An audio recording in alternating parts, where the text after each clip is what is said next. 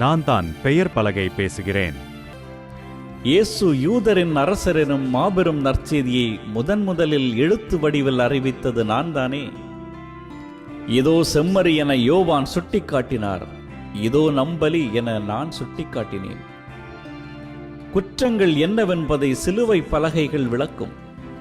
குற்றங்களை விளக்குபவர் யார் என்பதை விளக்கியது நான் மட்டும்தான். பிலாத்துவே என்னை கண்டு அஞ்சினான் என்றால் நம்புவீர்களா?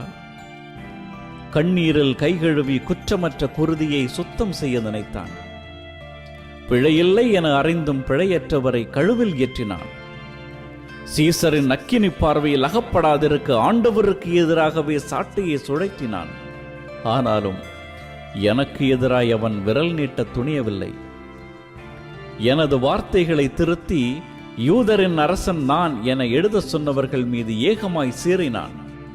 நான் எழுதியதே என வழக்கத்துக்கு மாறாய் வீரியம் காட்டினான். என் நற்செய்தியை அவன் நம்பினானா? இது மாற்ற முடியாத சத்தியம் என அவன் சம்மதித்தானா? நீ யூதர்களின் அரசனா? வினா எழுப்பியவன் நீர் யூதர்களின் அரசனே என விடை எழுதுகிறானா? சிலுவை மீட்பின் மையப்புள்ளி.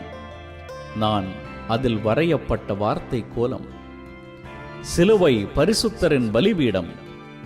நான் அதில் வந்தமர்ந்த தலைபீடம். சிலுவை மரணத்தின் அறிவிப்பு. நான் அதன் பொருள் உரைத்த வாழ்வின் வாசிப்பு. மரணத்தின் நெற்றியில் கூட நம்பிக்கையின் வெளிச்சப்பொட்டு வரையப்படலாம் என்பதற்கு நான் சான்று.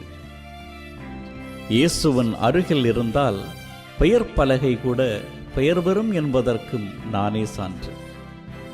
எதில் எழுதுகிறோம் என்பதில் அல்ல, எதை எழுதுகிறோம் என்பதில் தான் எழுத்து அர்த்தப்படும். சீனாய் மலை 10 கட்டளைகளை எழுதியது. கல்வாரி மலை அதில் கையொப்பமிட்டது. நசரேயனாகிய இயேசு யூதர்களின் ராஜா.